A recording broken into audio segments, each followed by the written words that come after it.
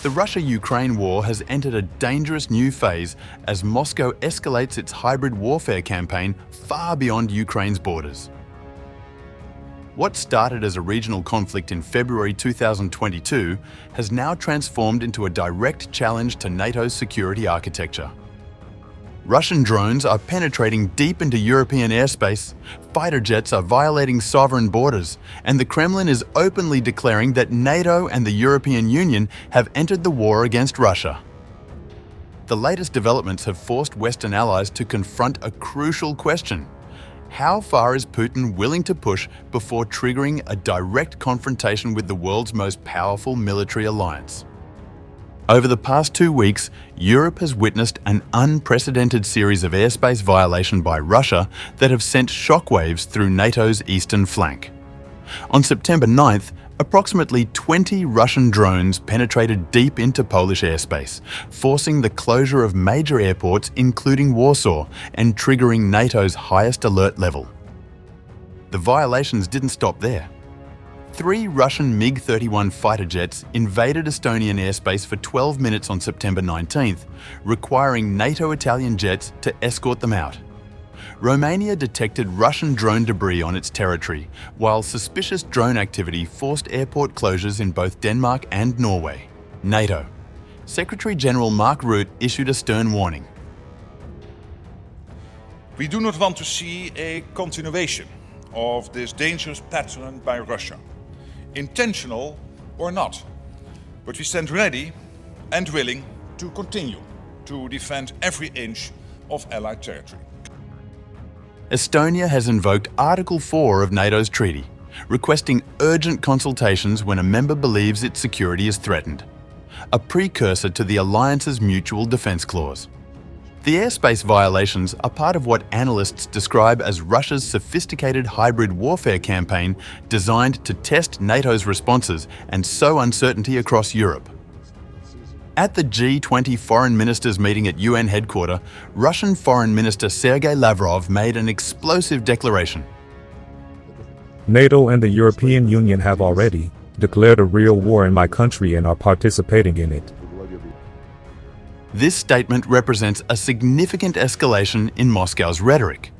Kremlin spokesperson Dmitry Peskov reinforced this narrative, telling reporters that NATO is at war with Russia. It's evident, and it doesn't need any additional confirmation. NATO is de facto taking part in this war. NATO is at war with Russia. It's evident, and it doesn't need any additional confirmation. NATO is de facto taking part in this war. The Zapad 2025 military exercises conducted by Russia and Belarus in mid-September featured simulated nuclear strikes and advanced drone warfare, clearly designed to intimidate NATO's eastern members. These exercises, combined with the airspace violations, demonstrate Putin's strategy of probing European defences without firing a shot. While Russia escalates its hybrid campaign, Ukraine has intensified its own long-range operations deep inside Russian territory.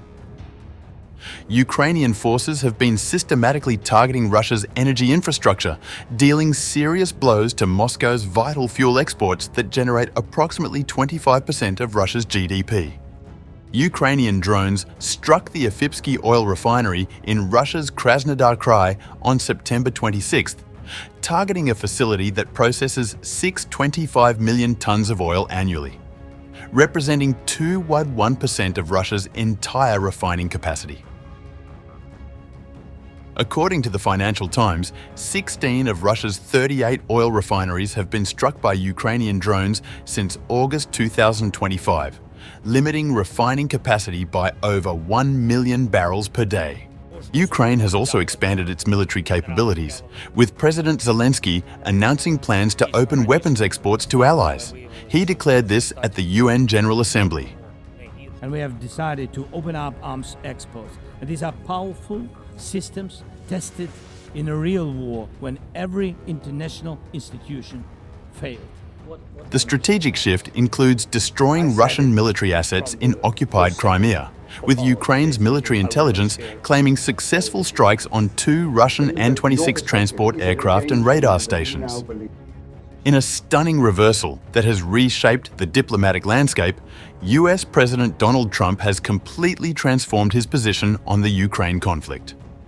After months of suggesting that both Ukraine and Russia would need to cede territory for peace, Trump declared on September 23rd on Truth, "I believe Ukraine, with the support of the European Union, is in a position to fight and win all of Ukraine back in its original form." This dramatic shift came after Trump's meeting with Ukrainian President Zelensky at the UN General Assembly. Trump characterized Russia as a paper tiger and stated, "Putin and Russia are in big economic trouble, and now is the time for Ukraine to act."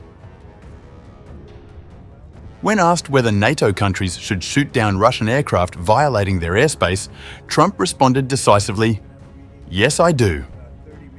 This represents a significant departure from his earlier stance and aligns him more closely with European allies calling for stronger responses to Russian provocations. The policy reversal appears designed to distance Trump from a conflict he once promised to resolve quickly, while positioning the United States as supportive of Ukraine's territorial integrity. At the United Nations General Assembly, Ukrainian President Zelensky delivered one of his most urgent warnings yet, telling world leaders that the conflict has unleashed the most destructive arms race in history. He painted a stark picture of the stakes involved. The facts are simple. Stopping this war now, and with it, the global arms race, is cheaper than building underground kindergartens or massive bunkers for critical infrastructure later. Zelensky warned that Putin's ambitions extend far beyond Ukraine. Ukraine is only the first, and now Russian drones are already flying across Europe, and Russian operations are already spreading across countries and feel safe right now. He specifically pointed to Russian interference in Moldova and the country's vulnerability to following the path of Georgia and Belarus toward Russian dependency. In his address to the UN Security Council, Zelensky made a direct appeal to the permanent members. "If you unite to end this war, even Russia will be forced to comply. And if some of you act and others delay, the war will continue." The conflict's most dangerous dimension remains the nuclear threat, with Russia maintaining control of the Zaporizhzhia nuclear power plant, Europe's largest nuclear facility with 6 reactors. Zelensky described the March 2022 Russian attack on the plant as one of the most terrifying reports since the beginning of a full-scale Russian invasion. The facility remains under Russian occupation, creating what Zelensky calls the major source of radiation danger in Europe, possibly in the world. The International Atomic Energy Agency reported that a drone was detonated approximately 800 meters from Ukraine's South Ukraine nuclear plant, highlighting the ongoing risks to nuclear facilities. The Zaporizhzhia plant has experienced a 3-day blackout following grid strikes, further emphasizing the precarious nuclear security situation. Meanwhile, Russia has responded to Ukrainian energy strikes by imposing partial bans on diesel and gasoline exports. Deputy Prime Minister Alexander Novak announced that Russia would extend existing prohibitions on fuel exports until year's end. The recent Russian provocations have exposed divisions within NATO over how aggressively to respond to airspace violations. While countries like the United States, Poland, and the Baltic states advocate for shooting down Russian aircraft that violate NATO airspace, Germany and several southern European nations are calling for more restraint. During an emergency North Atlantic Council session, representatives from Poland and Estonia pushed for explicit language stating that future Russian incursions with manned aircraft would be met with force. However, Germany successfully advocated for removing such language, fearing escalation. NATO's Supreme Allied Commander Europe, General Alexis Grinkewicz, suggested that some Russian violations might be unintentional due to inexperienced pilots, though this view is contested by intelligence assessments indicating deliberate probing operations. The Group of 7 nations released a collective statement condemning the violations and pledging to impose economic consequences on Russia, including targeting third country enablers that assist Moscow through trade. However, the alliance's response remains calibrated, with NATO emphasizing it will respond in a manner, timing, and domain of our choosing. Future implications and the road ahead. The escalating tensions between Russia and NATO represent a critical inflection point in the post-Cold War security order. Putin's strategy of hybrid warfare is designed to exploit perceived weaknesses in Western unity while avoiding direct military confrontation that could trigger Article 5 of NATO's founding treaty. The Kremlin's calculation appears to be that it can continue probing NATO's defences through drones and brief airspace violations without facing decisive military retaliation. However, this strategy carries enormous risks, as even unintentional escalation could spiral into direct confrontation between nuclear powers.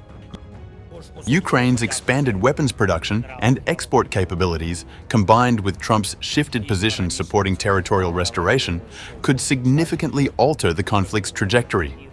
The stakes extend beyond Ukraine's borders. Success or failure in managing this crisis will determine the future of European security architecture and the rules governing international conflict in the 21st century.